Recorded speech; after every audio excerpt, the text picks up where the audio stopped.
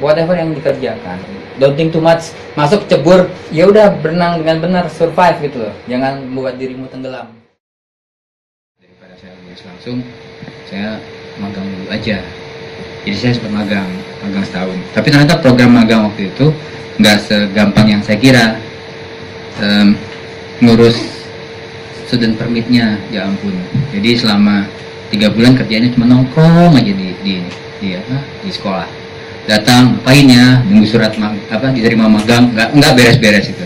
Sehingga akhirnya baru setelah bulan ketiga atau bulan keempat itu baru kita dapat surat, oke, boleh pergi magang. Dapat izin 2 tahun. Tapi magangnya harus 1 tahun, kalau nggak lulus kan. Dapat izin 2 tahun, saya magangnya di SDB, kemudian selama setahun di sana gajinya lumayan gede, alhamdulillah buat tugas akhir. Jadi, dapat gaji selama setahun, baru kemudian saya pulang ke Indonesia, baru kemudian melanjutin tugas akhir ini. Nah ternyata karena tadi itu prosesnya lama, akhirnya lebih lambat 3 semester akhirnya dari yang seharusnya, karena urusan yang tadi itu. Jadi 3 semester itu kayak orang yang nggak keruan gitu loh, yang paling nggak 1 semester yang nungguin surat dari Singapura, pemerintah Singapura itu loh, yang ini ngapain sih gitu loh. Harusnya bisa tepat waktu yang ya kayak mahasiswa pada umumnya lah ya, matematika nggak lulus gitu ya, terus apalagi nggak lulus misalnya statistik nggak lulus itu kan sama lah gitu loh. Tapi studinya lulus untungnya. Tapi studi saya sebenarnya nggak terlalu bagus yang di awal. Studi saya di awal tuh, saya kan dari Jambi, ujiannya di Jambi. Saya kemarin barusan dari Jambi sebenarnya, ke tempat ujian pertama kali saya, ujian UMPTN namanya. Itu dulu sekolah universitas yang masih pakai kayu gitu, 1 lantai gitu. Sempat sih mikir sih kalau nggak lulus UMPTN apa nasib saya gimana ya gitu. Karena di Jambi kan nggak ada arsitektur. Waktu itu kan arsitektur negeri itu cuma ada 2 ya, ITB sama UI yang untuk rayon A. Nggak kepikir gitu loh kalau untuk ke swasta kasihan banget emak gua gitu ya. Akhirnya untungnya keterima. Mungkin karena tadi itu ya, jadi 100 orang ya. Nggak tahu juga sih. Untungnya keterima jadi bisa itu. Jadi nggak balik ke Jambi akhirnya. Nah di Jakarta memang beda ya. Di Jakarta jadi ternyata tidak segampang yang saya kira. Jadi contohnya pada waktu hari pertama masuk kuliah, yang ditanya itu adalah kami dikasih kertas, terus langsung disuruh bikin, yuk kamu gambar 1 titik hilang. Iki apa tuh gitu, 1 titik hilang itu apaan, mana waktu itu saya nggak tahu 1 titik hilang itu apaan dan nggak ngerti gitu. 1 titik hilang apaan, 2 titik hilang apa, mau gambar apa, cara gambarnya gimana, mana tahu kan. Ya udah, cuman lihat, oh ternyata begitu. Jadi pertama diem aja dulu ngeliatin ngapain sih orang-orang. Lama-lama baru kemudian bisa. Makanya kemudian kalau dilihat dari nilai saya tuh sebenarnya semester 1 itu nilainya ya udah, gambar teknik ya cuma dapat C aja sebenarnya udah bagus. Tapi gambar teknik lumayan bisa dapat B. Gambar arsitekturnya dapat C. Perencanaan itu dapat C. Lumayan lah, bisa survive. Matematik nggak lulus. Itu IPK-nya berapa ya? Tapi entah kenapa semester 2 lebih oke. Semester ketiga, ya ini kan sekarang masalah pertarungan. Kita pulang ke kampung malu dong kalau nilainya hancur-hancuran gitu kan. Ya kita harus survive. Ya satu-satunya caranya nemenin orang-orang itu yang memang kita anggap jago-jago itu kan. Maksudnya yang dari SMA 8 ya. Gak ngerti ke SMA 8 tuh ya. Semuanya kok yang dari SMA 8 tunjuk tangan semua gitu. Banyak banget. Kalau di UI kayak gitu. Isinya SMA 8, SMA berapa waktu itu? SMA 6, SMA 8. Ya SMA yang ada angkanya begitu lah. Nah sama Tarki gitu-gituan. Pada waktu tunjuk tangan dari daerah nggak ada. Jadi sebenarnya dari situ aja sebenarnya udah kayak pertarungan mental kan sebenarnya. Nah ya ternyata kurikulum di daerah tidak sekuat di Jakarta. kita untuk persiapan itu, sehingga sebenarnya kalau ingin bertahan kita memang harus bisa cepat beradaptasi. Hanya semester itu aman sih, 1-2, kemudian 3-4. Nah pada semester 3 saya udah mulai bisa beradaptasi, udah mulai bisa dapat A studionya. Di UI dari 100 orang itu mungkin yang dapat A itu 4 atau 3 orang lah. Jadi sebenarnya pelan-pelan begitu bisa naik gitu ya. Walaupun studionya A tapi nilai yang lain jangan ditanya, agak nyungsep ke bawah dikit. Tapi ya who cares kan, yang penting kan studio. Sampai sekarang sih saya selalu berpikir kayak gitu. Saya tidak ingin membebani diri dengan jago semuanya, tapi saya ingin menikmati apa yang ingin saya nikmati supaya menjadi profesional pada bidang itu. Jadi memang itu kenapa kemudian saya harus memastikan tugas akhir ini sebenarnya tugas akhir ini saya kerjakan dengan sangat santai kok. Saya selama saya mengerjakan studio saya nggak pernah begadang. Jadi saya begadang kalau ngebantuin orang lain studio.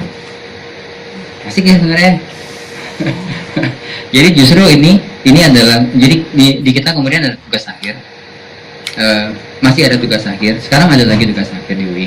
Dulu sempat nggak ada, namanya skripsi. Nah, SKS saya lupa berapa.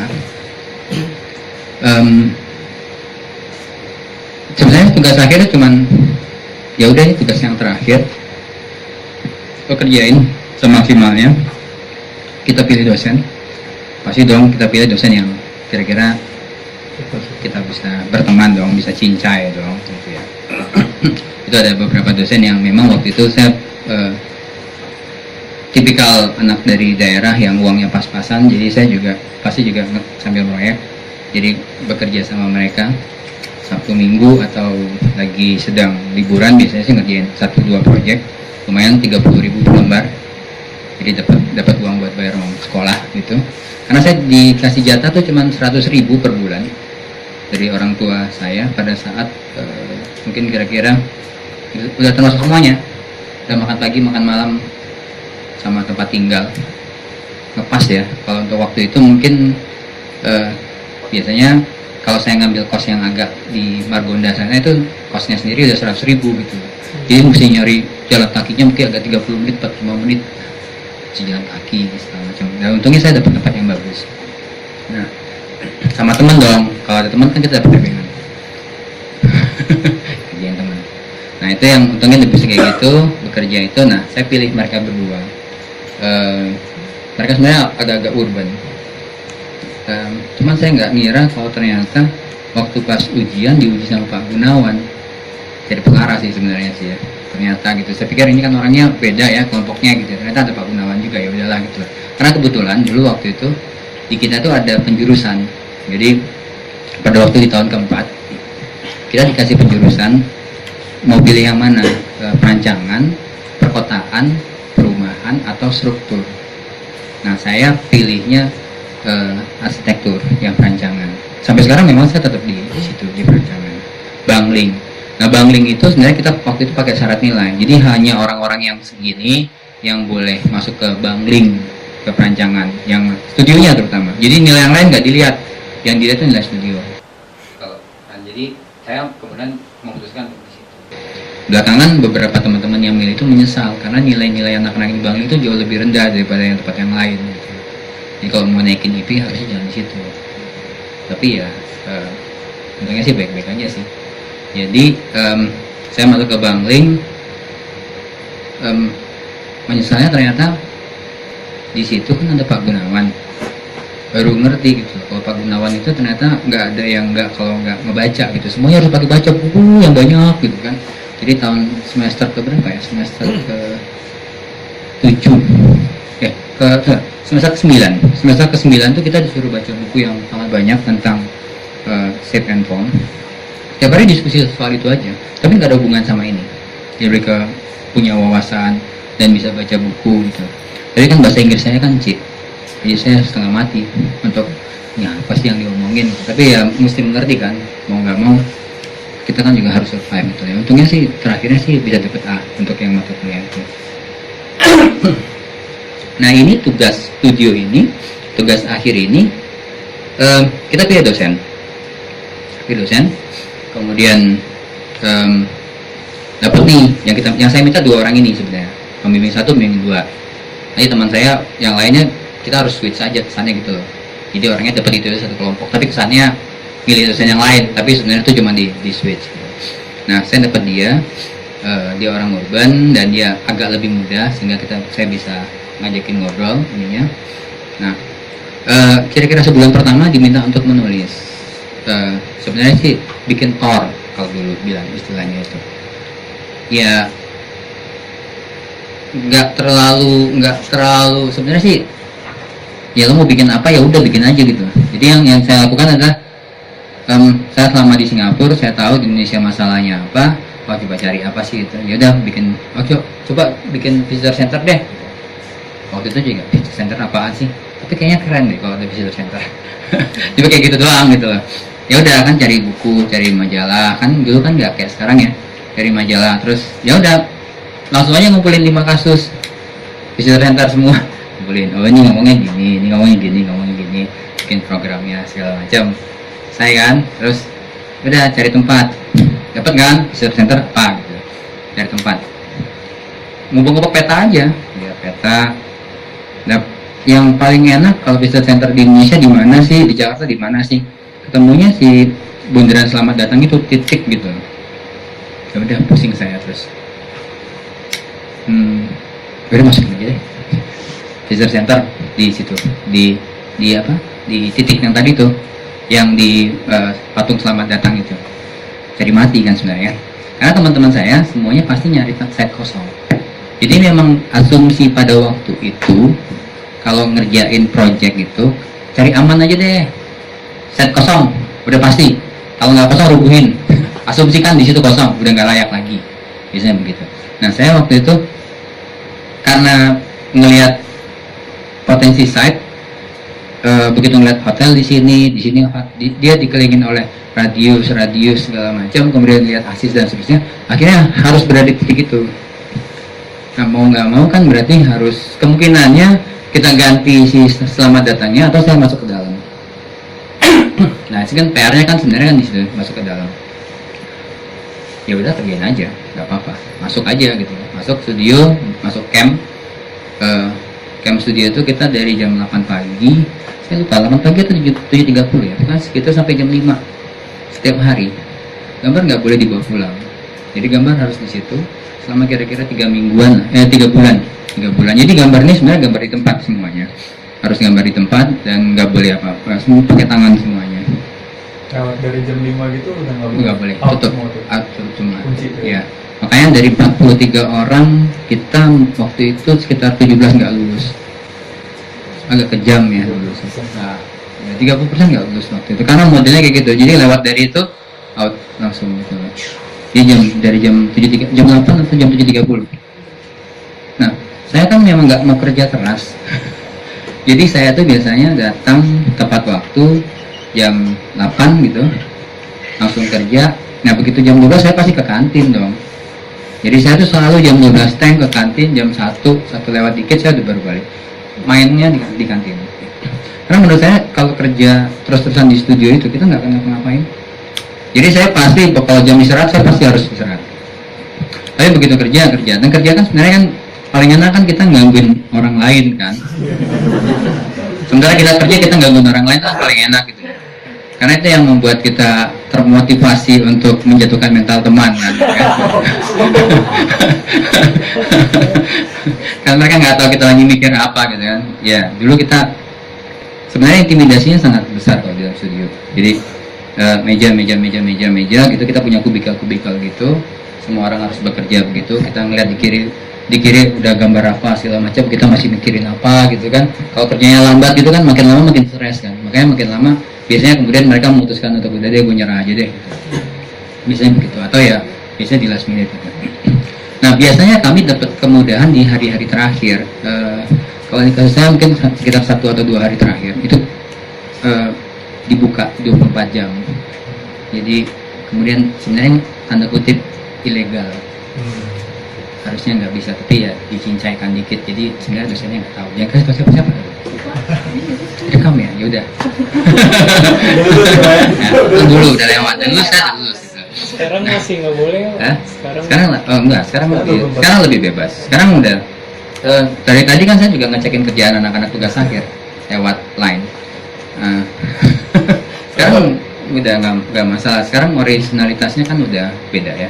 Kita nggak bisa lagi mengunci dari situ. Gitu. Ini kan masalah originalitas. Makanya modelnya kan model studi yang lu dapat ide dari mana gue nggak tahu. Pokoknya lu harus kerja di depan gue kan gitu kan. Modelnya kayak gitu kan. Karena kita takut terhadap originalitas itu. Gitu. Dan itu kenapa intellectual discourse itu jadi sangat penting. Model yang ini kan memang sangat mudah kita contek copy paste dari manapun. Itu yang membuat itu harus dikurung, nggak boleh ketahuan, nggak boleh kita dari mana-mana gitu. Kan bisa dikerjakan oleh orang lain kan. Nah biasanya terakhir 1 atau 2 hari terakhir itu yang kita ada teman yang datang ngebantuin dikit gitu lah, bikin kolom atau bikin apa, tapi biasanya kan atau nggambarin perspektif. Tapi giliran saya nggak ada yang bantuin, nggak tahu kenapa. Kenapa? Nggak tahu, mereka kayaknya mungkin enggak. Saya relatively udah selesai 3 hari sebelumnya. Kerjaan saya sebenarnya sudah selesai 3 hari sebelumnya. Jadi saya selalu kalau bekerja yang jangka panjang itu saya kita kan harus ada schedule dengan benar. Kan kita harus hitung. Jadi sebenarnya oke lah seminggu sebelumnya sudah harus selesai. Jadi 3 hari itu saya sebenarnya udah lo mau gue bantuin apa? Jelas aja Pak, nggak ada yang bantuin di situ. Curang. Jadi saya, ini kalau misalnya dilihat di gambar ini sebenarnya saya hari-hari terakhir saya udah iseng kok. Jadi di gambar ini itu sebenarnya udah ada gambar cacing saya gambar. Ini kan ada gambar cacing nih. Itu ada. Ini kan gambar cacing. Iya saya udah nggak ada kerjaan. Jadi saya gambar cacing di ini. Kan dosen nggak? Itu cacing di situ, saya gambar cacing, udah beres, udah ngelep-ngelepin ini, terus udah so asik bikin awan segala macam, gue ngapain lagi ya udah deh gitu. Jadi udah ngerecokin temen aja sih. Tadinya ini sebenarnya saya bikin untuk tebak-tebakan, jadi begitu pas pameran itu saya tanyain teman saya, kamu ketemu gambar cacing nggak? Agak nggak penting sebenarnya sih. Tapi ini yang membuat misalnya ini di saya pada waktu kita membuat sesuatu itu harus ada hidden agenda yang membuat kita happy. Jadi kenapa harus semuanya harus serius ikut tor dan ikut dogma yang membuat kita dosennya nggak tahu. Kalau ini saya hijack gambar ini sebenarnya saya hijack gitu. Makanya saya bikin aja gambar cacing. Kalau ini bekas hapusan ya, Mas? Nah ini enggak, ini pensil. Saya bekerja langsung. Jadi kalau misalnya ini kan pakai kalkit sama pakai rapido. Saya gambar nggak pernah dua atau 3 garis, saya gambarnya pasti 1 garis. Jadi nggak langsung biasanya. Karena dengan lama-lama kan udah terbiasa kalau segini skalanya sekian, segini sekian. Itu kan udah hafal ya. Jadi makanya ini ada beberapa line thinking saya letakin di sini. Langsung aja. Jadi ngapain juga dihapus, udah biarin aja gitu. Jadi sebagian besar emang langsung gambar langsung garis 1 garis langsung jebret habis itu. Mungkin itu yang membuat saya agak cepat kerjanya sih.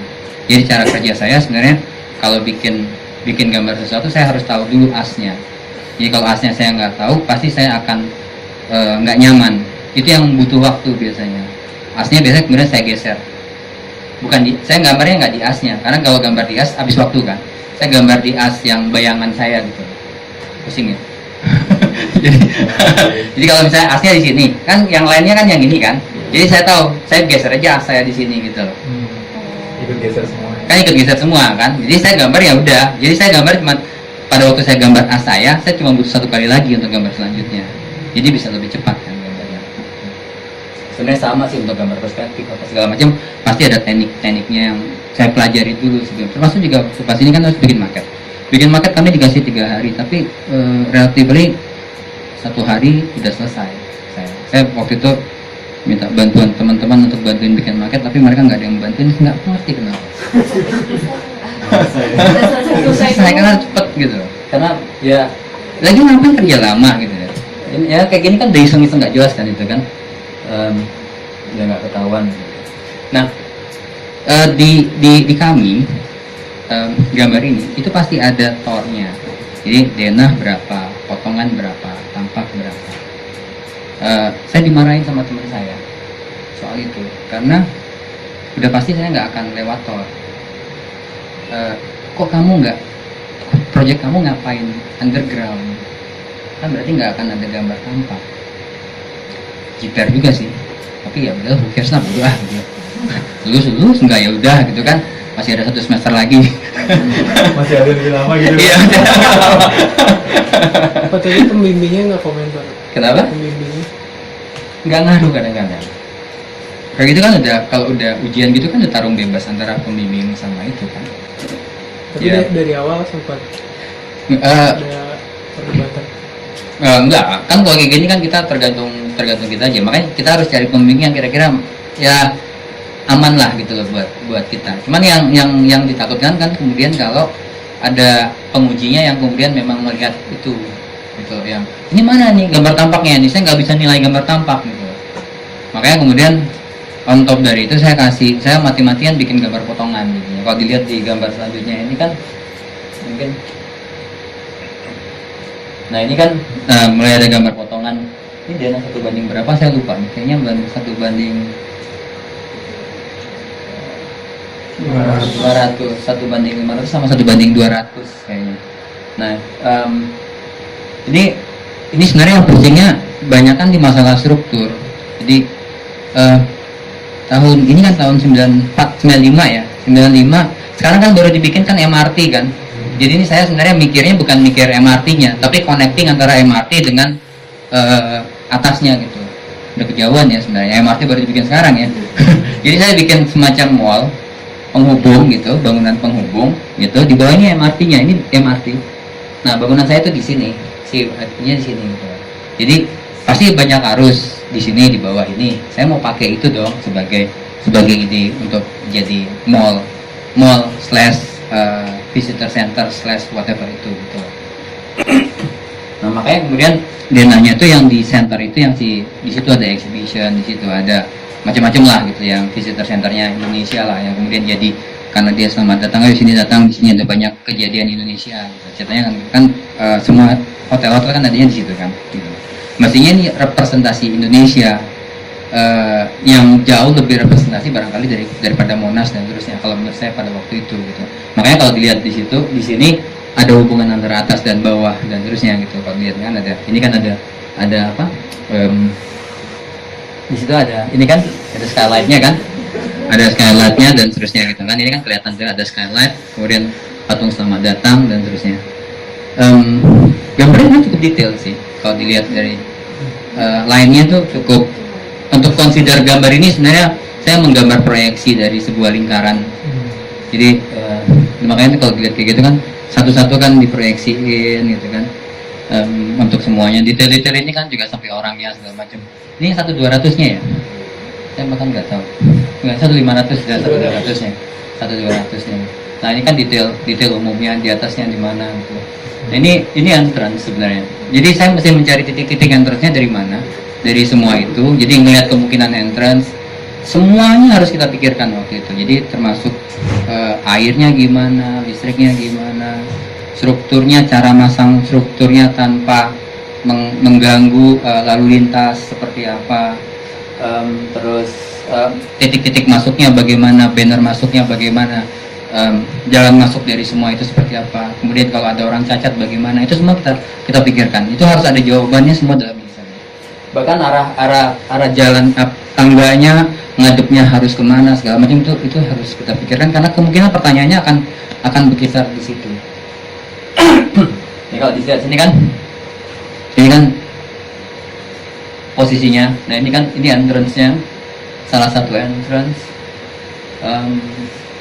Aksono begitu. Nah, ya ada gambar kuncinya karena kan sangat besar ya. Saya nggak terlalu, kadang-kadang kalau saya bekerja itu harus ekstrim gitu loh. Dan jangan takut sama nilai. Dan dulu agak kacau sama itu. Jadi kalau mulai jauh sama sekali, besar sama sekali, atau kecil sama sekali, atau di luar itu semua gitu. waktu pas tugas akhir kan juga begitu. Pada waktu orang-orang berpikir pakai tanah, saya pakai dinding sebagai lantai. Jadi lantai saya, side saya tuh dindingnya, jendela adalah lautan. Nah, mikirnya dari situ gitu. Agak kacau sih. Nah, ini juga begitu kan, berpikirnya kan sebagai tadi tuh kan, ya udah daripada kita pusing-pusing, ya udah masuk aja ke bawah gitu tuh, ada ruangan di situ. Tapi makanya kemudian ini kan semua ada connecting, banner apa segala macam semua ada di situ. Coba next slide ini. Nah, ini yang gambar potongannya, kemudian di gambar sketsa. Ini kan wajib ya, kalau dulu kan harus ada berapa gambar perspektif lingkaran cari mati. Saya menyelesaikan, tapi karena saya udah tadi yang saya bilang, saya sebenarnya waktu pas di awal semester saya nggak tahu 1 titik hilang, 2 titik hilang, tapi begitu dalam perjalanannya ternyata itu saya anggap jadi penting. Jadi saya menyelesaikan ini sebenarnya dalam 1 hari, 2 gambar ini. Itu pekerjaan saya pada waktu di Singapura.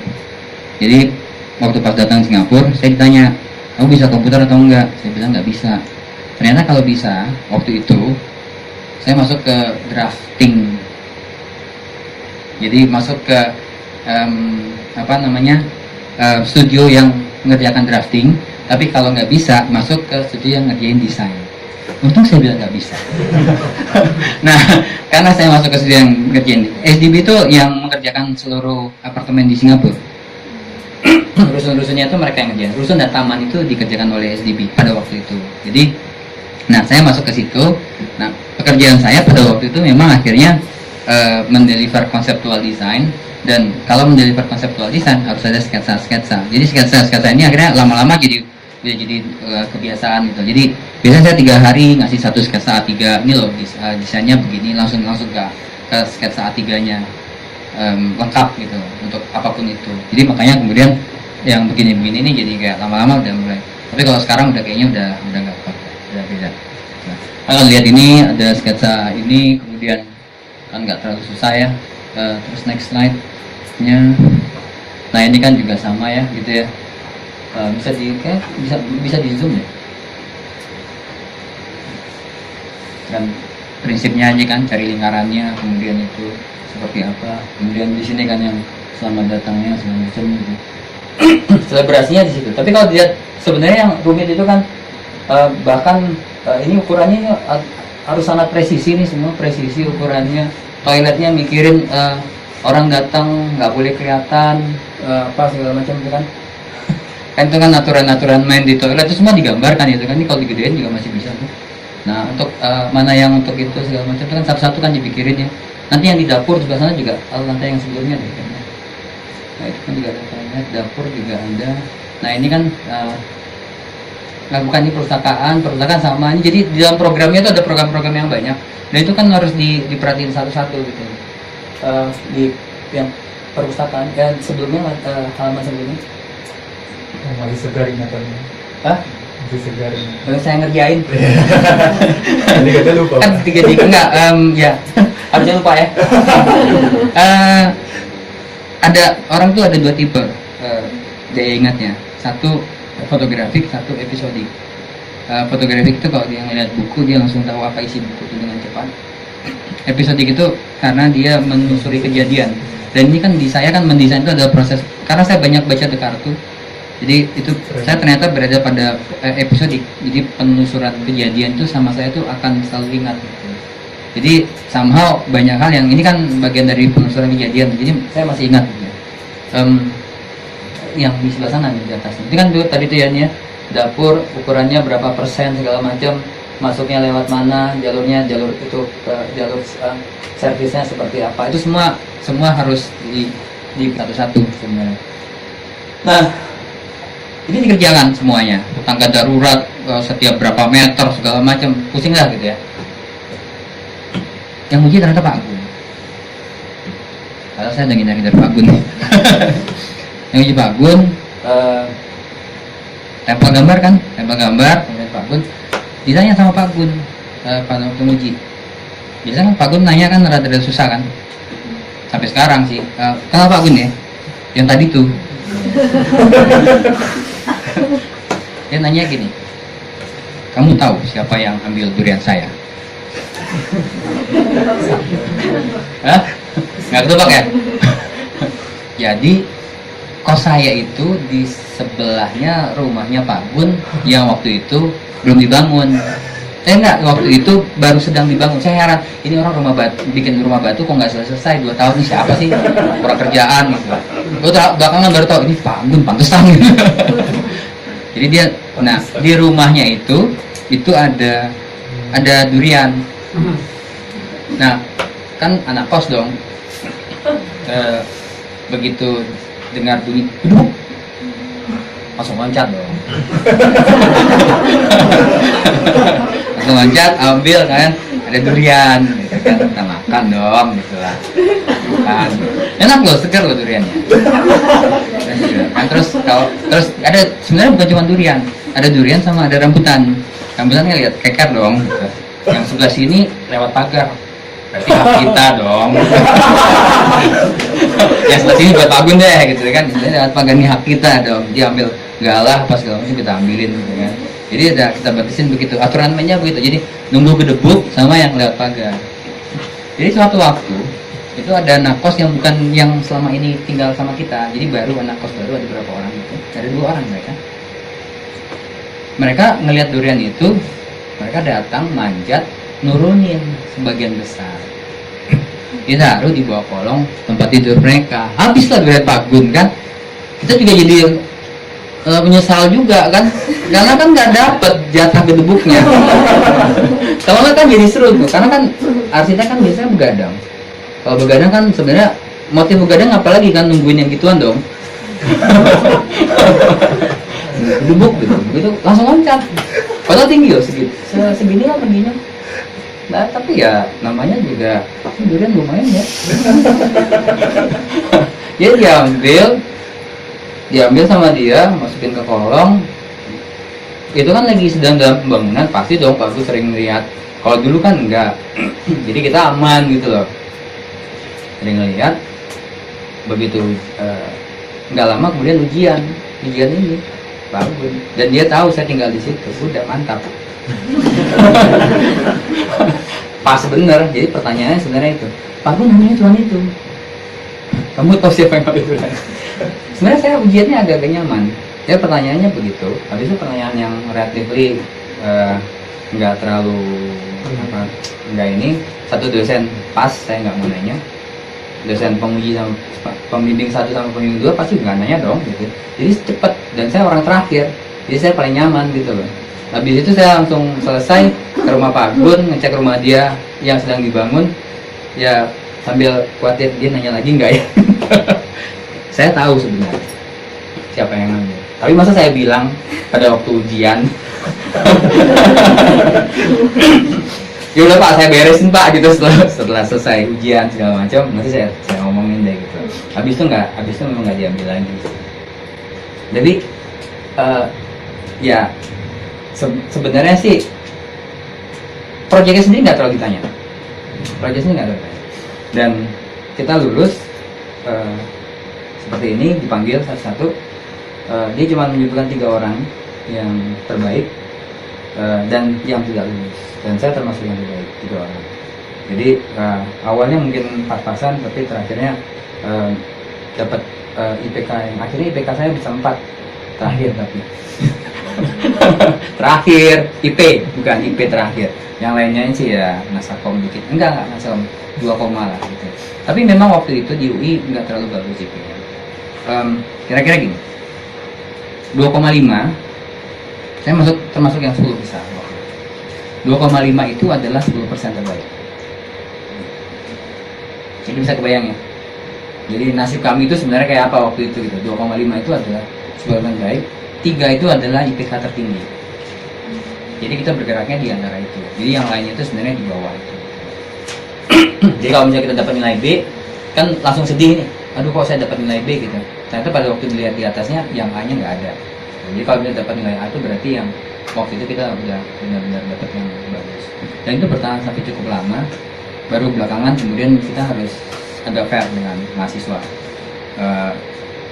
Sehingga sekarang jangan berusaha untuk menggagalkan, tapi sedapat mungkin memberi nilai yang terbaik dengan usaha supaya mereka juga dapat yang terbaik. Sebenarnya itu kan yang diusahakan. Makanya seringkali mahasiswanya kita kejar-kejar, nyariin mahasiswa. Kalau dulu kira-kira saya datang kuliah 14 kali, ada satu mata kuliah gitu dosennya yang datangnya hari pertama sama hari terakhir. Pengetahuannya apa? Kan itu ya. Masalahnya kan itu ya, pengetahuannya. Nah, itu yang jadi masalah gitu. Itu kenapa kemudian karena saya dari daerah, saya nggak mau kalah dong dengan itu. Jadi saya waktu itu harus berteman dengan siapapun itu yang bisa membuat saya berpengetahuan. Pengetahuan itu mahal. Itu yang membuat kita bisa bertahan. Sebenarnya begitu selesai ini saya ditawarin lagi untuk kerja di Singapura. Tapi ya nggak terlalu nyaman kan kerja di sana kan. Saya lebih enakan di Indonesia. Kemudian Pak Bud minta waktu itu bantuin di Mkona. Kemudian saya diminta untuk mengajar di UI. Kemudian nggak lama kemudian saya belajar ke luar negeri di situ. Dengan susah payah, dengan bahasa Inggris yang pas-pasan. Jadi sebenarnya saya melimpir kok semuanya. Bahasa Inggrisnya 550 itu syarat minimal ya sekarang ya. Dan itu juga saya 2 kali kok, karena saya memang nggak pernah kursus bahasa Inggris. Jadi saya sebenarnya bukan orang yang sangat smart, tapi saya percaya cuma satu kok. Kalau kita disiplin, rajin, mudah-mudahan kita bisa on top dari orang lain yang tadi tuh clever dan seterusnya. Ya bekerja harus smart. Kalau bekerja kita harus smart. Orang lain bekerja 2 kali, kalau kita bekerjanya sedikit aja tapi maksimal gitu. Tapi kalau kepintaran kan sebenarnya agak susah, itu kan udah dari atas ya. IQ dan seterusnya gitu. Mau di apa-apain juga ya gitu-gitu aja gitu. Maka kita harus cukup tahu kemampuan kita di mana. Itu yang membuat mungkin sampai sekarang sih mudah-mudahan saya masih bisa bertahan dengan segala macamnya gitu. Teknis sangat banyak teknis yang selalu ditanya, tapi di semester 9 kita sudah diekspos dengan segala macam bacaan. Tapi untuk ini requirement-nya nggak sampai di situ. Jadi kita memisahkan antara teori dengan teorinya banyak kan teori yang kaitan sama praktek. Baru belakangan, kalau sekarang kan sudah agak beda ya. Sekarang originalitas dia sangat penting, sehingga desain riset itu harus kita kembangkan. Itu yang membuat dinamika pengetahuan tuh jadi lebih nyaman di saya. Daripada ini kan kasihan beberapa orang yang ini kan urusannya sama talent apa segala macam, dia tidak bisa decision cepat dan seterusnya atau karena masalah. Cukup begitu. Boleh. Kalau mau nanya-nanya. Ya, silakan bertanya apapun itu. SKS-nya berapa ya, Pak? Aduh, saya berapa ya? Dulu semuanya ya? 160. 160. Sekarang kan 148 ya? 144. 144 ya? Ya 144, 145 ya. 160. Kayaknya saya masih menyisakan nilai D deh. Apa ya? Sejarah kayaknya ya. Sejarah saya masih nilai D kok. Rasanya ya, saya masih ingat nggak ya? Lupa saya. Iya. Tapi ternyata karena dulu bukan itu yang dikejar. Saya terserang, saya dulu tuh nggak terlalu kira-kira gini loh. Kita punya 100 orang, 50-nya itu nasakom, tapi kita nikmat gitu di studio, kita belajar banyak. Jadi kami nggak ngejar nilai, yang penting kita bisa bertahan dengan baik di situ, dan kita tukar-tukar pengetahuan, karena barangkali sumber pengetahuan itu kan nggak banyak. Jadi saya harus berteman dengan senior, saya harus berteman dengan teman saya yang memang tahu banyak gitu. Jadi nggak mungkin karena itu ya, jadi nggak apa-apa kok agak bego. Itu yang mungkin sampai sekarang saya mikirnya kayak gitu sampai sekarang, terus terang. Nggak apa-apa kok kalau nggak, pada waktu nggak apa-apa kok agak bego, kita memberikan kesempatan orang lain untuk memberikan sesuatu ke kita, daripada kita tahu semuanya. Jadi ternyata baik-baik aja kok gitu. Akan banyak orang yang menolong kalau kita juga menolong orang lain. Saya ke Jakarta juga saya ditolong orang kok, terus terang. Jadi berasa banget ya kampungnya ya sebenarnya. Datang ke Jakarta pakai telegram, ngasih tahu tolong jemput di airport. Ternyata telegramnya nyampe 2 hari kemudian, jadi nggak ada yang jemput di airport. Saya nginep di rumah orang yang saya nggak kenal. Jadi saya baru kenal tuh di pesawat pada waktu itu. Jadi karena saya dapat di UI sama ayah saya, nih kamu saya kasih tiket pesawat. Gitu. Karena susah dong kalau naik bis, walaupun setelah itu saya selalu naik bis. Bisnya ngeteng loh. Mulai dari naik angkot, naik bis, naik kapal, akhirnya sampai ke Jambi. Bedanya 10.000 sih daripada bis langsung. Tapi lumayan. Tapi pas yang pertama itu saya naik pesawat. Naik pesawat, rupanya nggak ada yang ngejemput. Tahu sendiri Jakarta kayak apa kan? Jadi saya nginep di Rawamangun selama 2 malam. Kemudian oleh dia diantar ke UI. Masih ingat orangnya Pak? Orangnya masih ingat, tapi saya rumahnya lupa. Saya nggak bisa nelusurin rumahnya. Ya memang Jakarta kayak gitu. Jadi begitu diantar habis itu rumahnya di mana ya gitu. Di Rawamangun, cuman taunya itu doang. Kemudian diantar lewat ISTN 3 kali gitu kan. Terus masuk akhirnya ke sebuah kos-kosan. Ternyata di kos-kosan itu ada anak UI, udah gue kos di sini aja deh, mumpung ada anak UI gitu. Ya udah, ternyata itulah kos itu yang saya tinggalin sampai saya lulus. Dan itu ternyata kosnya jauh banget. Ke UI-nya. Jadi kalau berangkat itu di sini penuh dengan lumpur, tapi itu adalah kos yang paling murah. 25.000 sebulan dengan makan pagi. Jadi cukup. Sebenarnya sih tetap nggak cukup sih. Kalau nggak ngeteng segala macam sih nggak bakal punya uang. Nggak kerja diantaranya, udah pasti nggak cukup lah. Karena teman-teman tuh mereka rata-rata 200.000, 250 untuk itu. Itu Pak Yandi emang pengen masuk arsitektur dari Iya. SMA? Saya dari sejak SMP. Saya nggak tahu arsitektur itu apa, tapi kayaknya keren gitu. Saya bukannya nggak mau masuk ITB, tapi karena ITB nggak ada dalam koran. Jadi pada waktu saya tuh kan baca koran tuh berebut kalau di rumah sama kakak saya. Kompas tuh datangnya sore kalau di rumah. Di Jambi itu Kompas datangnya sore. Jadi datang Kompas gitu ya, dikasih dia berebut gitu kan. Antara kakak saya atau saya baca, pokoknya halaman duluan. Saya biasanya berusaha baca duluan gitu. Nah, jadi suatu waktu tahun 87 ya, 87 itu ada peresmian UI baru, kampus di Depok. Nah di situ saya tahu, oh ini kok ada kampus keren ya. Kayaknya keren nih kalau kuliah di sini. Cuman itu, saya nggak tahu yang lain. Sekarang kan udah enak nih, ada informasi banyak nih. Oh ada ITB, ada apa segala macam gitu. Saya cuma tahu, oh ada UI, kampusnya keren, bertingkat, kampus harus bertingkat. Terus terang waktu itu saya berpikir begitu. Jadi waktu itu saya mikir, makanya saya ujiannya itu di sebuah universitas yang 1 lantai begini. Jadi saya pikir ini kalau saya tetap di sini, berarti saya kuliah di gedung yang 1 lantai, nggak asik bener gitu loh. Jadi bertingkat nih, harus cari yang tingkat. Nah ternyata ya itu, karena saya melihat itu, pilihan pertama saya ke UI, pilihan kedua sipil Unsri, habis itu ekonomi Unja. Nggak, kan saya nggak tahu, saya ujian bener Jambi, jadi saya bahkan nggak pernah ikut tryout. Saya cuman mengurung diri saya di dalam sebuah kamar, dalam sebuah rumah tepatnya, selama kira-kira 2 bulan, 3 bulan lah, belajar sendiri aja, sendiri gitu. Tiap hari, jadi dari jam 8 pagi, jam 7 malam, jam 7 pagi sampai jam 11 malam, setiap hari begitu. Kan sekolah kan udah boleh bolos dikit kan. Ya kan kalau di SMA gitu kan. Kalau saya baru tahu ada UMPTN juga pas bulan Januari kok.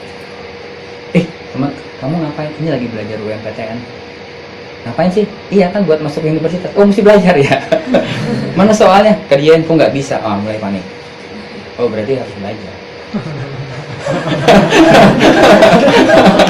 Last minute. Makanya teman itu pasti membawa berkah. Jadi kita berteman. Kalau nggak, kita nggak tahu apa yang terjadi kan. Ya itu dikasih tahu sama dia. Oh ya berarti saya harus cari itu. Kalau langsung baca buku segini, ngerjain satu-satu. Saya paniknya itu pada waktu ngerjain satu soal, saya nggak bisa 6 jam saya ngerjain, 6 jam saya ngerjain, nggak bisa satu soal. Padahal itu banyak sekali kan, kalau di SBM SBMPTN dan segala macam banyak sekali. Berarti ini ada yang salah gitu kan. Jadi saya langsung switch yang tadinya belajarnya untuk UN, langsung switch ke belajarnya untuk itu. Itu kenapa saya nggak masuk ITB, Pak? Karena saya juga nggak tahu ada ITB. di Jambi itu kita tahunya waktu itu ya, kita tahunya itu APDN sama Akabri. Teman-teman tuh Akabri, APDN, Apmil, gitu-gituan lah, yang urusannya sama STAN. Banyak orang yang STAN gitu. Jadi kalau kita mau masuk ke sekolah di Jawa, kita harus pergi ke Jawa, belajar di Jawa, yang terakhir gitu ya, dan ujian di sana, baru likely bisa masuk. Nah saya kan enggak, saya di situ aja saya nggak tahu apa yang terjadi sebenarnya. Tapi ternyata yang membuat masuk ke UI harus berjibaku dengan mereka ini, diantara itu dan kemudian membukakan segala macam. Nggak ada kata lain kok, sekolah di mana aja sama aja kok. Sama di waktu pas di Sevel sih, ini kan saya dapat akhirnya dapat A. Di Sevel saya juga dapat award waktu itu. Disebutkan dalam seremoni saya dapat award apa. Jadi ada dari sekitar 200-an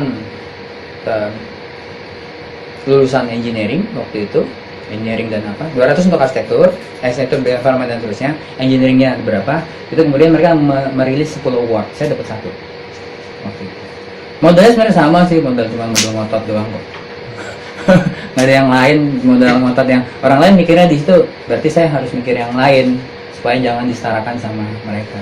Mereka jago di komputer, saya gambar tangan aja. Ternyata mereka itu yang nggak punya. Saya gambar tangan sebagian, tapi maksudnya gambar tangan komputernya tetap, tapi gambar tangannya on top dari itu.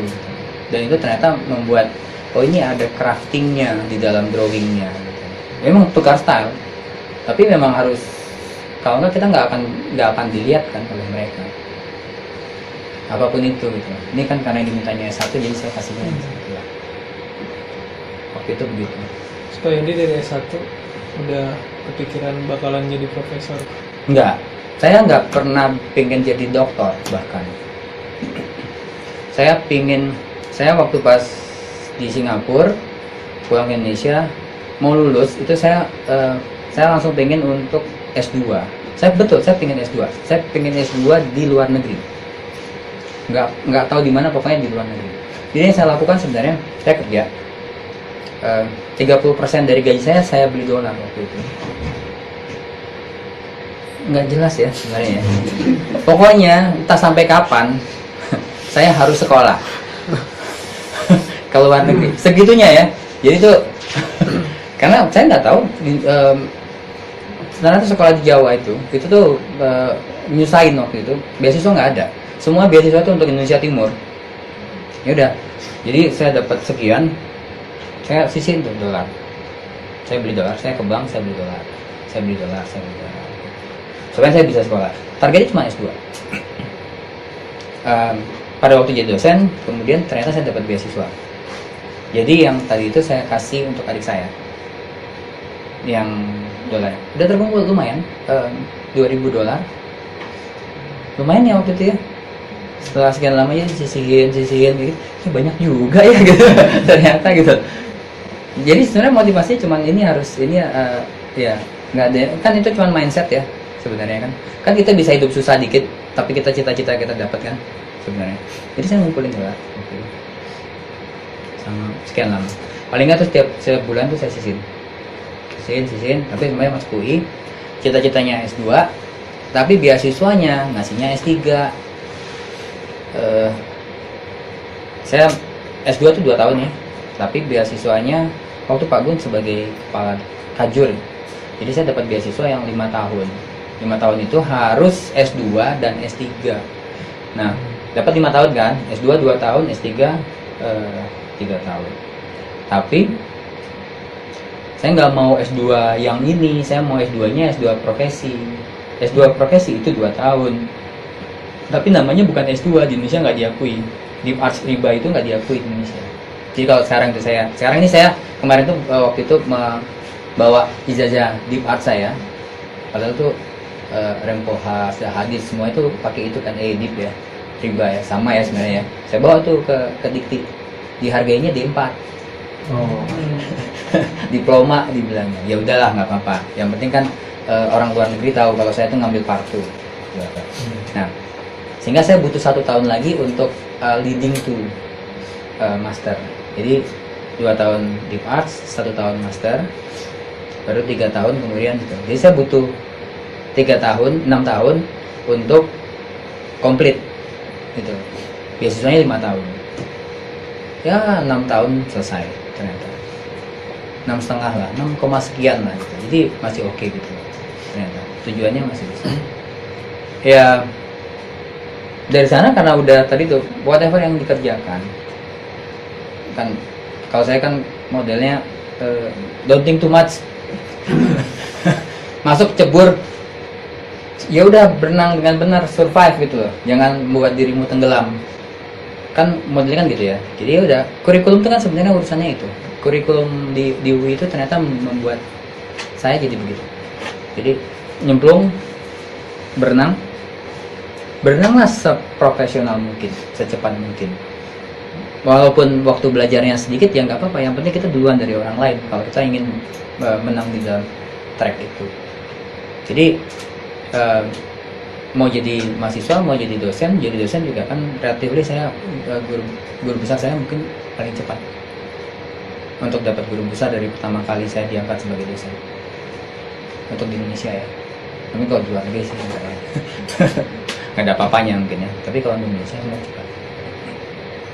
Relatif masih umur segi, cuman saya butuh waktu 8 tahun untuk kemudian untuk dari nol.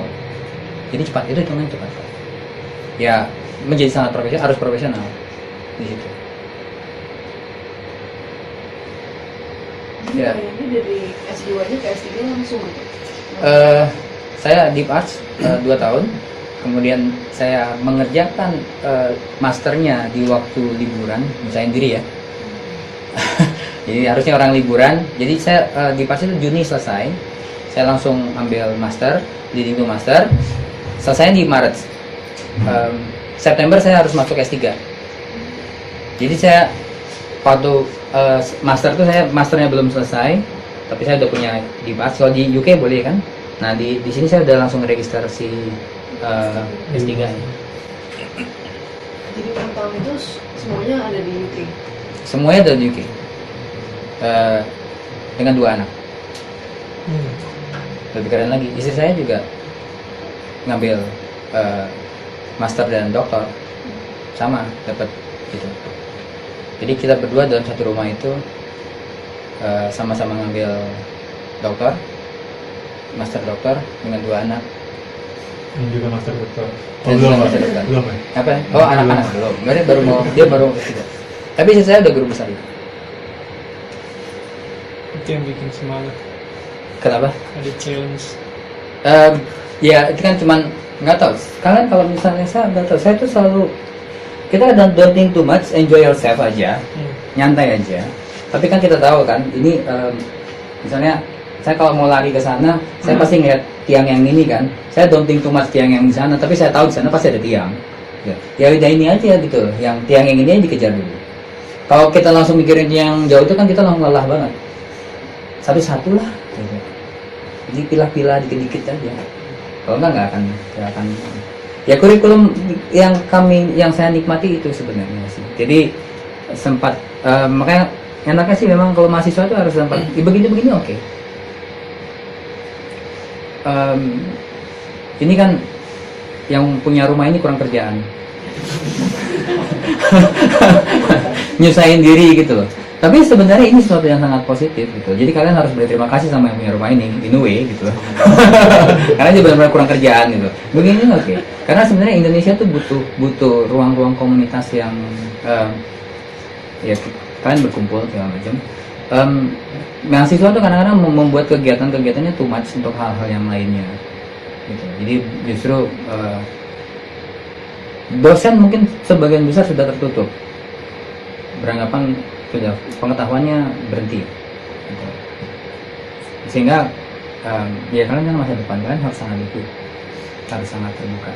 Saya kadang-kadang suka khawatir apakah pengetahuan saya at some point akan menjadi masalah di itu.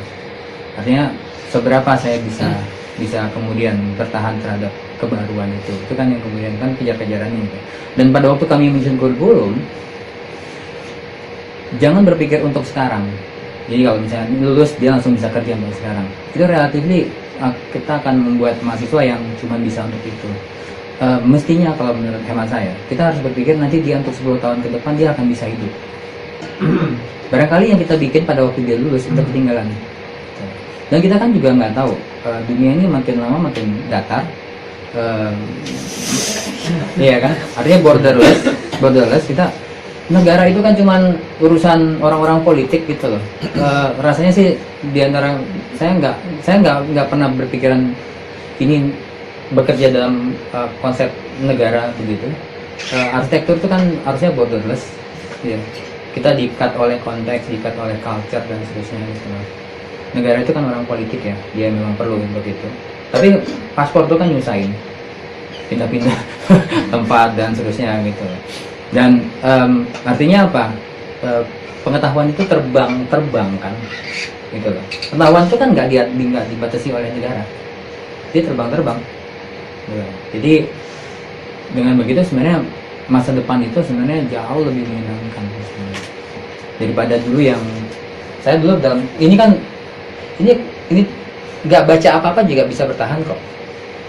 Selama kita udah pernah, karena saya beruntung saya pernah sering kerja di proyek, kerja di kantor, saya jadi tahu gitu loh isu-isu itu. Tapi masa iya gitu cuma begitu gitu. Makanya saya bersyukur saya punya, makanya waktu dulu saya sangat ingin sekolah di luar. Karena saya ingin tahu apa sih yang terjadi di luar itu.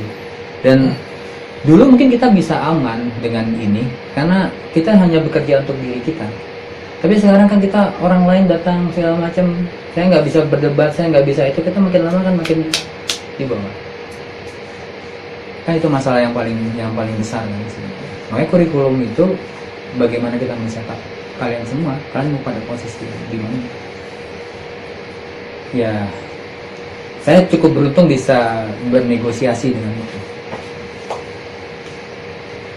Masih ada pertanyaan? Banyak. Boleh? Tanya-tanya. Pak, kalau yang saya suka dari tugas Bapak tuh sebenarnya slide-nya sendiri udah unik gitu kan. Teman saya sendiri pun ada yang pernah bikin persis di bawah tanah gitu. Jadi masih ada 8 proyek. Terus yang menarik dia kan simpang 5 ya. Iya. Bukan simpang 4, karena orang nggak sadar Iya. dia simpang 5 gitu. Terus fasilitas samping-sampingnya ada hotel, ada apa. Nah yang saya suka dari gambar Pak Yanti itu waktu baru nyampe, itu hal yang pertama saya penasaran tuh.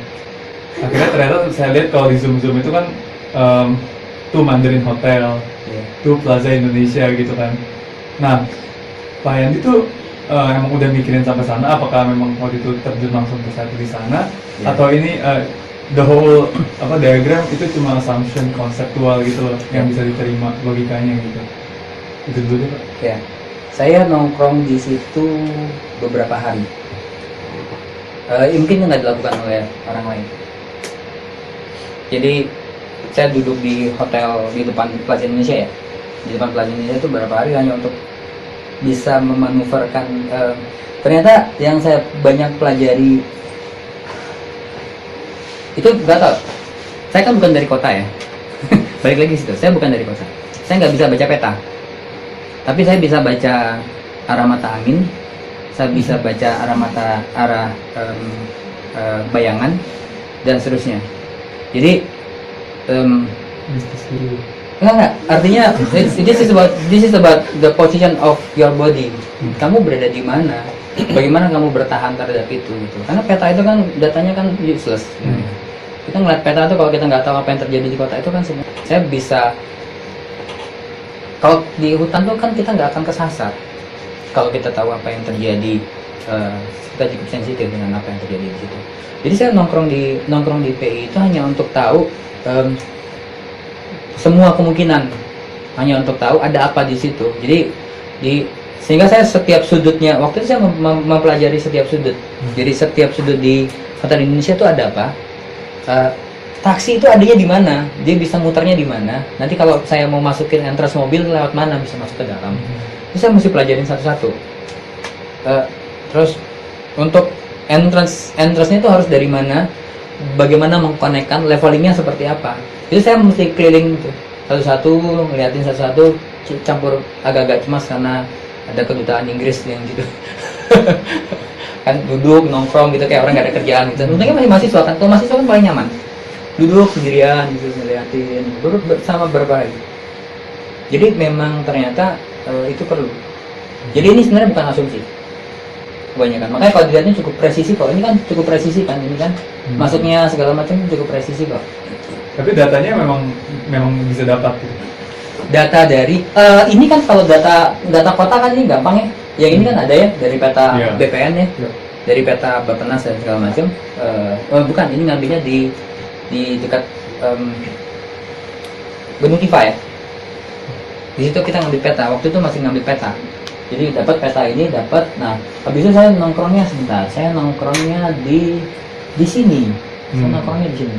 Saya nongkrong di sini lama. Kemudian saya ke sini jalan-jalan, bolak-balik. Kemudian besoknya datang lagi, balik lagi ke sini siang malam, beberapa hari. Makanya kemudian ada foto yang di halaman pertama itu. Bukan fotonya. Nah ini kan dulu sebelum lulus tuh saya mikir gitu. Saya kalau lulus nggak punya pengetahuan apa-apa kok kayaknya rada nggak asik ya gitu. Jadi saya beli kamera. Kan dari Singapura kaya dong ya. Singapura pulang gaya loh, $5.000 di kantong. $5.000. Gak kepikir sekarang ngeri bener gitu. Tapi siapa orang yang tahu orang gembel kayak gitu bawa uang gitu kan. Nah, saya beli kamera di sana. Apa ya kameranya ya? F601 ya. Semi manual udah oke lah di bawah FM1, FM2 waktu itu. Jadi masih oke gitu loh dia ininya yang udah oke punya dengan lensa gitu kan. Gaya lah gitu lah ya pokoknya ya. Tapi nggak nongkrong pakai kamera itu kan? Mau pakai kamera? Pakai kamera itu? Iya.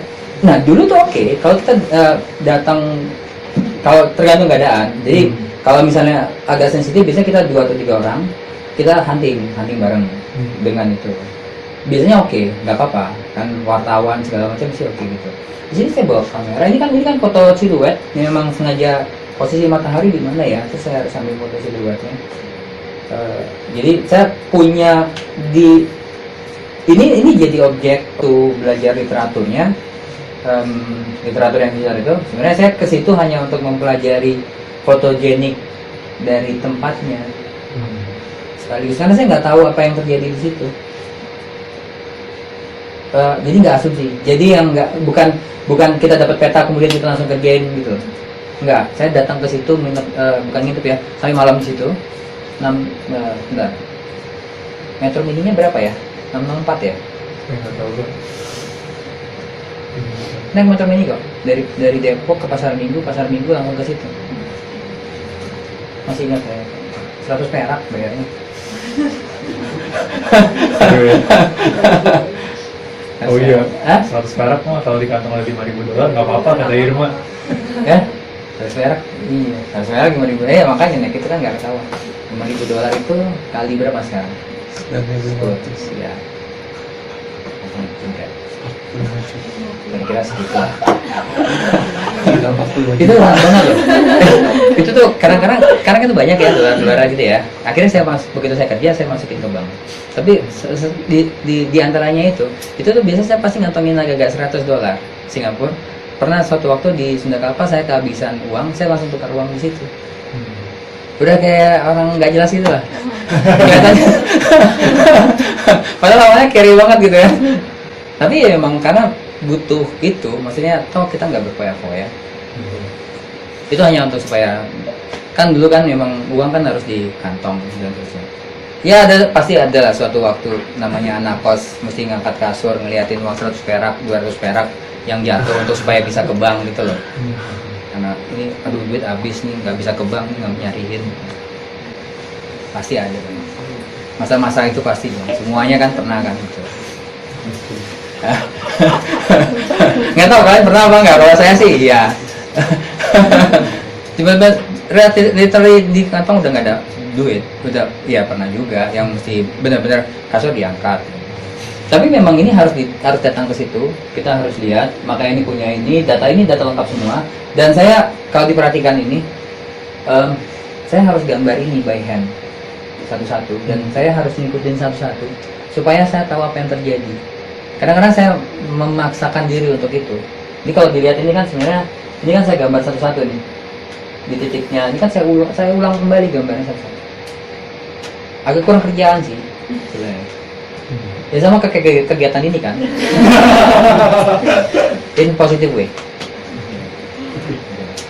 Memang kan sesuatu yang sangat bermanfaat. Ini menurut saya ini sangat bermanfaat. Pada waktu saya mengulang kembali, saya jadi paham. Oh ini kan yang dicari kan sebenarnya urusannya sama radius nih. Oh ini kan satu dikit satu nih. Kita jalan gitu kan, ini jalan nih. Satu teh botol lah kira-kira. Hitungnya satu teh botol. Relatifnya susah juga juga. Hah? Kenapa? Iya memang terus terang waktu itu saya kan susah ya.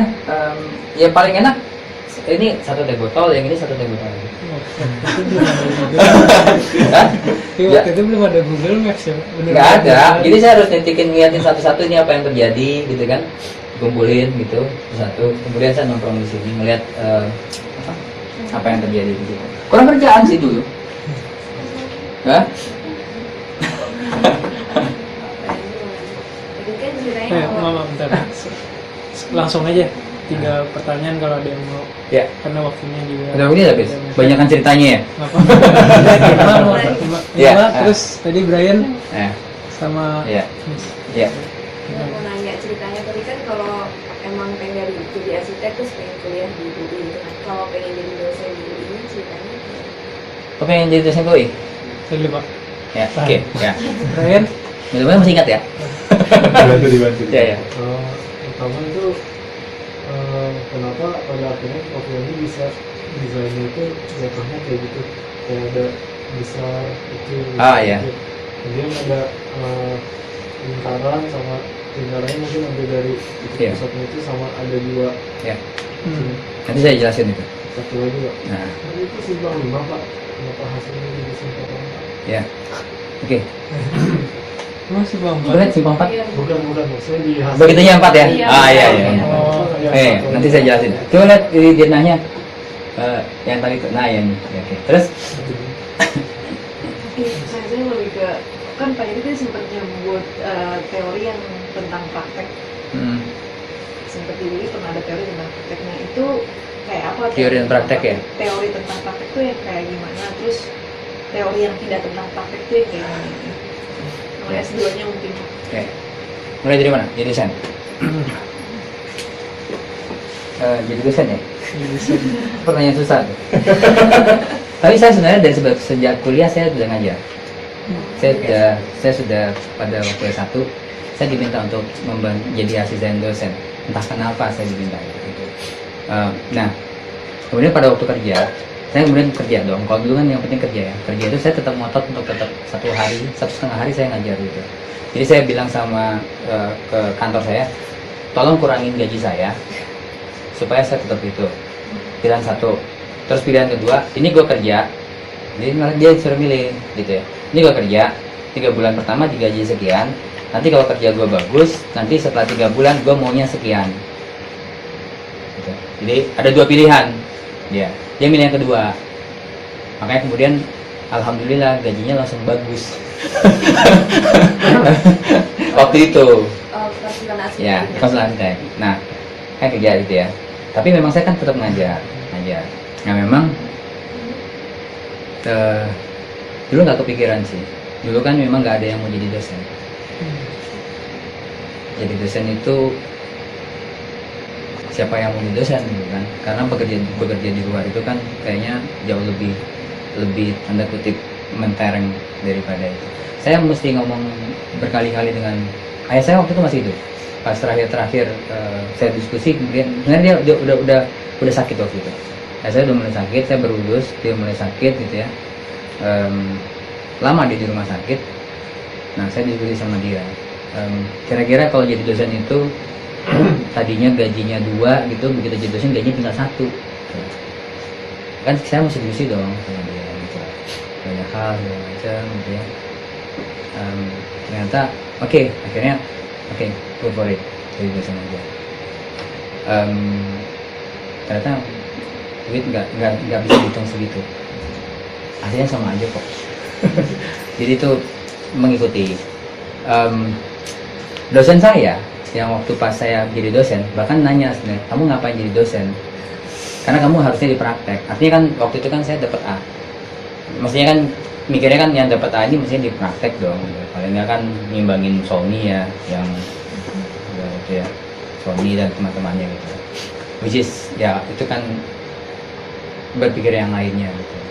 Ternyata tadi tuh jadi dosen atau nggak jadi dosen sama aja kok, selama kita do everything professional. Dan in a way sih sebenarnya kalau saya mengambil keputusan yang sama sekali tidak saya sesali sih menjadi dosen. Makanya yang penting itu sebenarnya begitu jadi dosen profesional lah di bidang apapun itu. Apa sih yang paling tinggi di situ, itu kan yang harusnya dicapai. Yang tanggung-tanggung lah gitu, jangan mau jadi mediocre gitu. Cuman itu aja sih sebenarnya. Dan saya happy jadi dosen. Jadi makanya saya bisa bertahan gitu. Biasanya dulu dipanggil kita, dikasih tahu ini ada lowongan jadi dosen gitu. Karena nggak ada yang mau. Kira-kira gitu di UI waktu itu gitu. Jadi itu biasanya sering tiga tempat gitu di UI. Mungkin terjadi juga di ITB kayaknya. 3 tempat, biasanya 3-3-nya itu dibatalin gitu karena nggak ada yang mau. Kalau sekarang relatively itu yang malah jadi lebih banyak, ngantrinya panjang kalau sekarang, nggak kayak dulu. Itu pertanyaan kedua apa? Tentang TA-nya tadi. TA. Iya. Kenapa jadinya kotak-kotak gitu? Jadi pada waktu kita belajar tentang struktur dan seterusnya, sistem jacking dan sistem konstruksi untuk bawah tanahnya itu jauh lebih menguntungkan dengan membuat begitu, karena dia lebih cepat dan seterusnya lah gitu. Jadi ini ada denahnya ya mestinya ya, ini ya. Jadi waktu itu saya mikirnya cari model pembangunan strukturnya gimana sih, sebenarnya ada penjelasannya di situ. Nah itu yang kemudian dia buatnya gitu bersegmen, jadi segmen 1 selesai, segmen 2, segmen 3 gitu. Jadi dia di segmen-segmenkan gitu. Itu kan sehingga dia mau panjangnya berapa nggak ada masalah dan dia bisa terus gitu. Nah kalau yang jadi simpang 4 mau jawaban jujur atau jawaban, coba lihat ini ya. Kalau yang ini oke ya, kalau yang ini pasti di bawah. Sebenarnya itu simpang 4. Yang penting kan sebenarnya yang ini. Yang penting yang ini. Yang ini adalah selamat datangnya kan. Makanya ini ada tiang-tiang yang terkoneksikan. Jadi mestinya kan kalau malam cahaya akan keluar dari sana gitu loh. Sehingga si selamat datang terselebrasi. Gitu ya. Kalau di marketnya tuh kelihatan. Ini menjadi begini karena sebenarnya urusannya sama parkir. Jadi gedung parkir itu harus dibuat seefisien mungkin. Dan saya tidak melihat ada masalah di sini karena ini negosiasinya kan mereka parkir juga ini gedung ini parkir juga, tempat parkir juga di sebelah sini. Jadi nah yang isu sebenarnya yang gini karena di sini sebenarnya ada kali gini kan kalau nggak salah yang saya harus belokin waktu itu jalur kalinya ada apa di potongannya. Enggak? Mana ya potongannya? Kelihatan nggak? Bukan yang ini. Nah ini satu lagi. Nah ini ada kali di situ. Jadi sehingga posisinya harus saya mesti negosiasi terhadap kali dan seterusnya gitu. Karena jalur masuknya nggak bisa. Tapi dia tetap di dalam area yang enak gitu loh. Jadi itu sebenarnya cuma urusan parkir. Kalau parkir kan sebenarnya ya udah mau diginiin boleh ya terserah aja gitu loh. Tapi saya memilih yang simple form aja. Dan kelihatannya kan bagus. Kayak tembak-tembakan kan.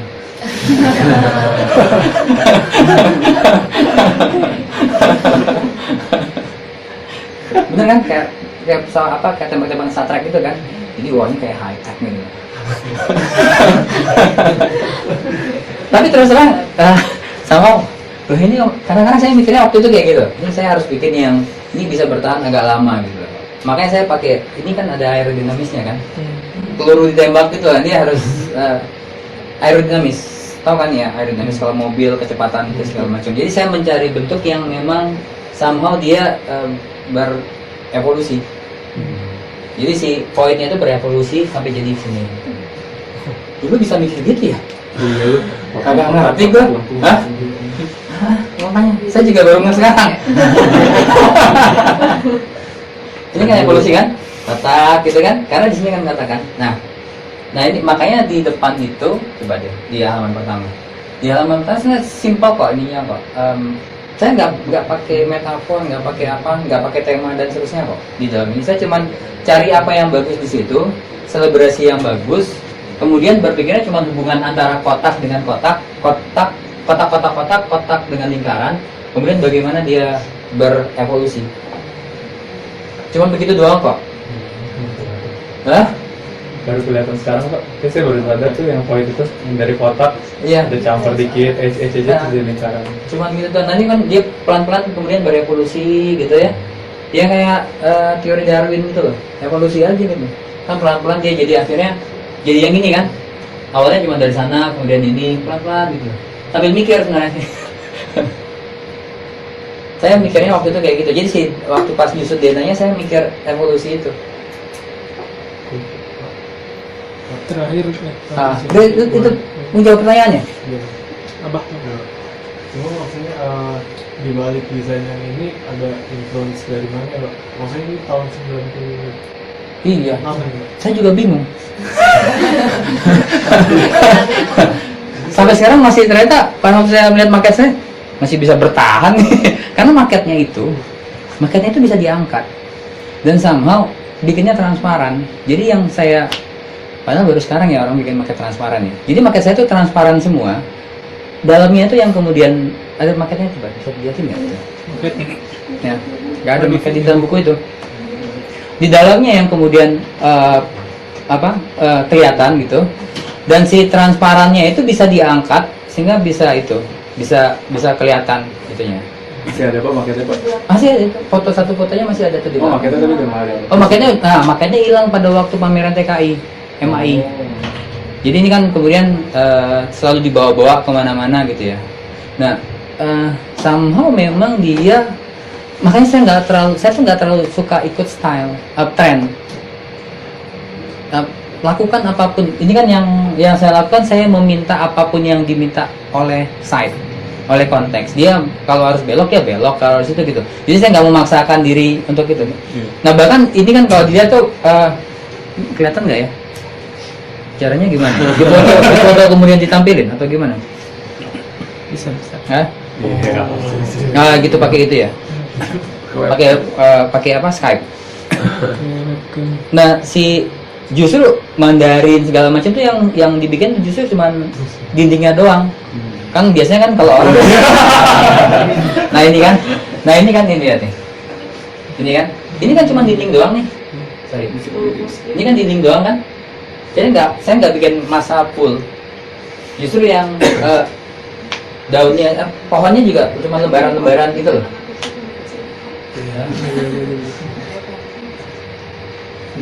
Ya. Nah ini kan kelihatan ya. Ini kan kelihatan ya. Ya kan? Ini kan hotel-hotelnya ya. Cuman yang penting-pentingnya aja yang saya bikin. Jadi saya nggak ambil pusing sama bentuk hotelnya kayak apa gitu. Spatial storiesnya aja yang saya pentingkan. Jadi saya pentingkan kolom-kolomnya, kemudian saya pentingkan airnya. Kolom-kolom ini itu bagian dari intervensi saya. Dinding ini menjadi penting. Belakangnya kan who cares. Nah, habis itu kan bawahnya, sehingga ini ya udah transparan aja supaya orang bisa melihat ke bawah gitu. Jadi berpikirnya cuma performatif aja, performance dari desain. Which is sekarang orang ngomongin performance ya sebenarnya. Cuma gitu doang kok sebenarnya. Itu kan, tapi ini detailnya ada kok. Ini yang ini detailnya ada nih. Coba dilihat deh. Ini kan yang tadi saya bilang ini kan supaya cahaya lewat ini pakai kaca mestinya, coba di detail Terus nah ini kayak gini. Nah ini kan kaca tiang penghubung struktur, terus tiangnya sampai di ujung sini ketemu sama akuarium, di ujung akuariumnya begitu gitu. Itu baru lihat tuh Pak, volumenya begitu. Iya, asik-asik aja. Ya kan? Dia jadi ini mikirin air kan, jalur air dipikirin. Terus di atasnya ini ada grillnya, orang jadi nggak bisa masuk. Terus ada kemudian naik di situ, jadi whatever yang kemudian selebrasi apapun itu. Nah di ujung kolom itu kemudian ada ketemu yang kemudian ujungnya dengan akuarium. Ada ikan, tadinya mau ikan seluruh Indonesia gitu. Hah? Ada gambar anak kecil. Iya, ada anak kecilnya, ini kan ikan seluruh Indonesia. Tadinya mikirnya kayak gitu. Oh, Hah? ikan seluruh Indonesia. Iya kan? Jadi senang-senang aja gitu. Ya lumayan kan ada 2 ekor, ada 2 jenis binatang kan, ikan sama ular keket kan. Nah ini kan ini apa? Ini kan detailnya kan cukup, nggak kelihatan ya? Detailnya masih oke kalau ternyata ya. Itu juga bro. Entrance-nya juga kok, entrance-nya coba deh. Entrance-nya yang ini coba deh. Ini kan entrance dari arah dekat kedutaan Inggris itu. Ini kan tangganya masuk di situ, dia nggak jangan terlalu kelihatan, tapi kelihatan cahaya dari situ gitu. Jadi dia nggak mendominasi gitu. Biarin aja supaya selebrasi awalnya itu tetap gitu. Tapi begitu dalam langsung dapat ruangan yang wah, terus ada air jatuh dari. Nah ini ceritanya gitu nih. Nah ini kan bukan yang ini kan konsep air jatuhnya nih. Air jatuh yang di dalam bulatan tadi tuh, yang jatuh di lingkaran yang di lingkaran yang ini kan. Nah ini kan dia air, kemudian dia ini kan airnya di kolam ya, kemudian jatuh di sini terus dia balik lagi ke situ. Nah di sini orang duduk segala macam. Nah ini kan yang mistis kan harusnya kan, air banyak jatuh gitu dalam lingkaran. Kayaknya sekarang saya baru melihat deh arsitek siapa gitu yang buat begitu. Baru saya lihat kemarin itu.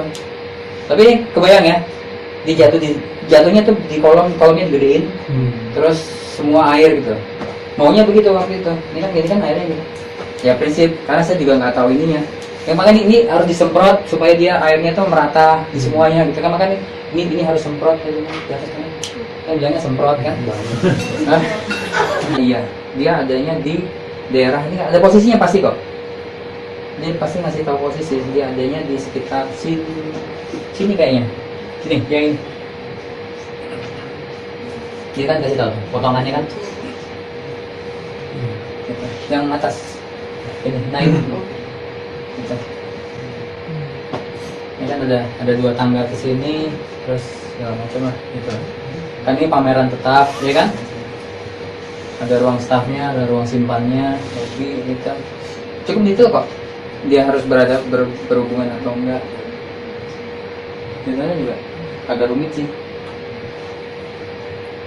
Nggak ngerti kenapa bikinnya sampai gitu, kurang kerjaan. Itu kolom-kolomnya nih jelas kok. Ini ngikutin grid kok ini. Maksudnya ukurannya segala macam tetap dalam standar yang masih mungkin untuk dibuat.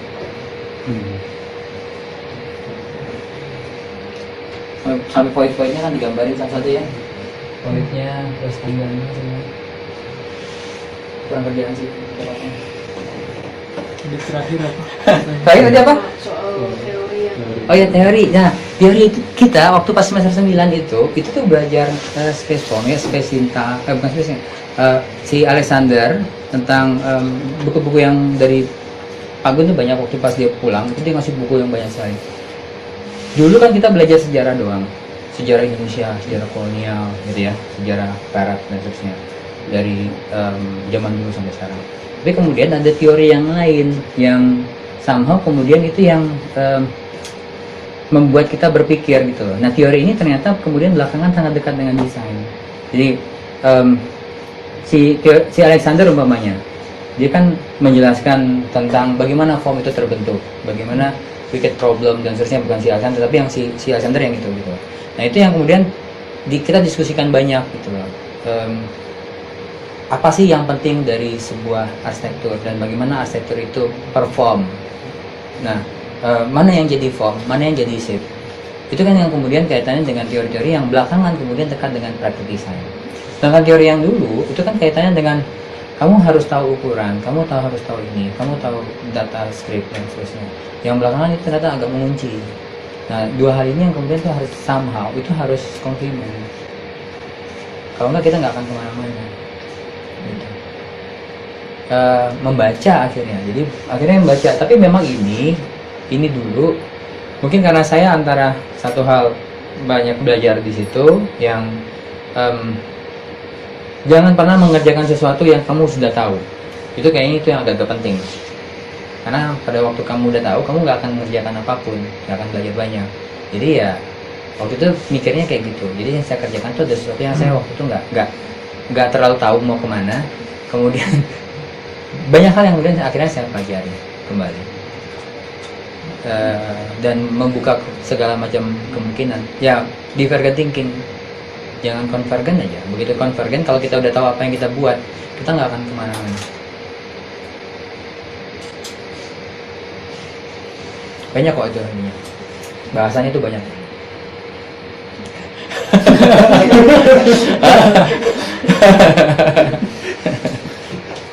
Cukup ya.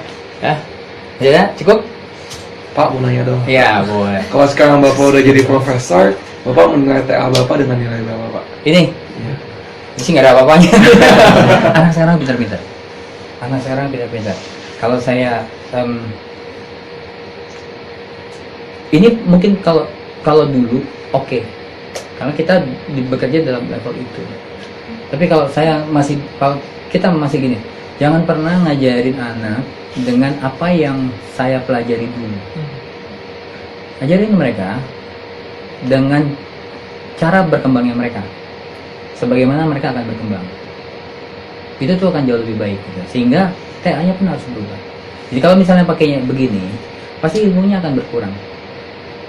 Saya ngajarin mereka, kamu pakainya grade-nya begini, segala macam begini, yang itu paling bagus begini segala macam. Ilmu saya kan jauh lebih banyak daripada ilmunya dia. Tapi kalau misalnya memulai dengan sesuatu yang sangat dia suka, attitude belajarnya itu yang akan membawa dia lebih jauh kemana-mana. TA itu harusnya tentang itu, tugas akhir. Jadi di kemandirian dia tentang tugasnya itu yang jauh lebih penting. Dia harus mendeliver sesuai dengan profesionalnya dia, attitude dia, kan ini tugas akhir kok istilahnya. Artinya dia kan sudah, kita mau lihat kemandirian dia terhadap pemahaman akan tugas itu. Kalau saya tuh melihatnya begitu. Itu kenapa ini saya terus terang, ini saya nggak pernah berharap dapat bagus kok. Saya tugas itu kita ngejarnya do your best, tapi nilai itu bukan di kita. Saya selalu begitu. Jadi nggak stres. Kalau kita stres, jadi kalaupun misalnya sayembara, itu kan mungkin pernah tahu DX6 ya. Dulu kita sering ikut sayembara. Yang dibilang tuh, saya bilang ke waktu itu ada beberapa anak-anak yang ngerjain gitu.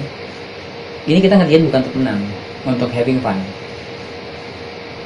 Itu ya ternyata mereka jadi menang. Menang tuh dalam arti kata nggak menang satu terus gitu ya, tapi 2 dan 3 itu kan sebenarnya udah sebuah kemenangan gitu. Karena having fun itu sebenarnya jauh lebih penting daripada kita mengerjakan sesuatu yang kita nggak bisa menikmatinya. Ini having fun, saya mengerjakan having fun. Kalau dilihat tadi itu sempat bikin ular keket itu kan, awannya yang ini cerita awannya sampai mikirin kalau di sini hujan kayak apa ya gitu kan. Ini kalau awannya kan ada yang mendung besar, ada yang itu gitu. Sekarang kan udah dengan Photoshop dan segala macam kan kita bisa bikin cerita itu. Dan anak-anak tugas akhir itu sebenarnya kalau di UI kita bawa untuk ke sana. Tapi kita senang-senang aja kok. Misalnya si Nadia hari ini, Nadia tahu ya Adam. Hari ini atau besok tuh harus ngasih foto selfie-nya berada di mall lagi sedang ngapain gitu. Lagi senang-senang harusnya. Tapi lu ngirim kayaknya ya. Kenapa? Lo ini kita tugas akhir kok. Lo senang-senang tuh bagian yang justru nggak tahu deh. Kalau nonton film, pernah nonton Three Idiots nggak? Pernah. Ya, that's it. Jadi orang idiot saja deh. Don't think too much. Maksudnya lo harus menikmati apa yang dibuat, nggak usah peduli sama nilai. Eventually nilainya bisa bagus. Kan ini sih kita yang menilai diri kita kan. Kita nggak usah peduli dong sama itu. Artinya kalau masalahnya jadi masalah kalau kita expect too much terhadap effort kita yang terlalu sedikit. Tapi kalau kita effortnya sudah banyak, artinya kita sudah memberi nilai A dong untuk diri kita. Itu menurut saya sih yang jauh lebih penting. Dan itu akan bisa sampai dimanapun, mau kapanpun sampai dimanapun. Daripada kita ngarepin, karena penolakan itu jadi masalah kan gitu kan. Padahal kalau dipikir-pikir, emang pernah ditolak? Jangan-jangan, ya kan masalah ditolak atau enggak itu kan cuma masalah uji coba aja kan. Ya udah cobain aja, ditolak ya udah kan nggak apa-apa. Yang penting kita nyobain. Tapi nyobainnya tanggung-tanggung gitu loh.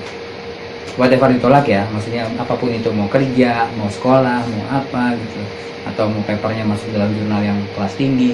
Kalau saya kan biasanya saya setnya paling tinggi gitu ya. Terus kenapa saya paling tinggi? Mereka yang ngincer yang di bawahnya gitu. Tapi saya nyobanya, saya usahanya ke yang itu. Nanti pelan-pelan kan kita akan naik lebih tinggi.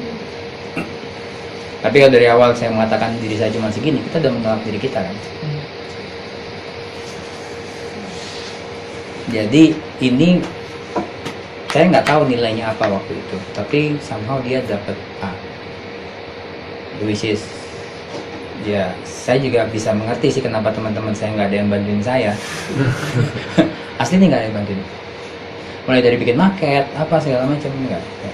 Mereka datang cuma ngeliatin gitu, cuma lu tuh kayak kurang kerjaan gitu cuma. Karena saya pakai ikat kepala kan biasanya kan. Oh iya. Rambu kerja pakai ikat kepala, terus di sini pasang foto apa? Ibu.